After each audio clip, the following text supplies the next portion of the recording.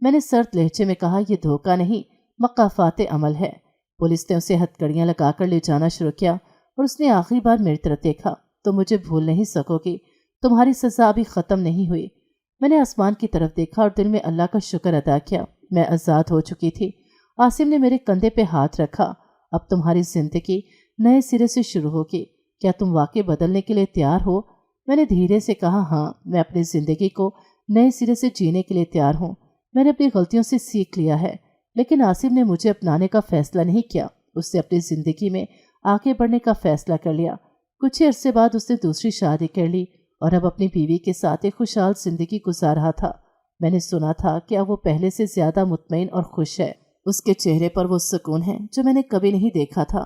زویا مسکرا کر بولی، یہی سب سے بڑی جیت ہے، اپنی غلطیوں کو تسلیم کرنا اور بہتر بننے کی کوشش کرنا۔ میں نے گہری سانس لی اور آسمان کی طرف دیکھا، یا اللہ، مجھے ہمیشہ صحیح راستے پر چلنے کی ہمت دینا۔ اب میں واقعی آزاد ہو چکی تھی، لیکن یہ آزادی ویسی نہیں تھی جیسی میں نے چاہی تھی۔ یہ میرے لیے اپنے فیصلوں کی قیمت تھی اور اب مجھے اس کے ساتھ جینا تھا۔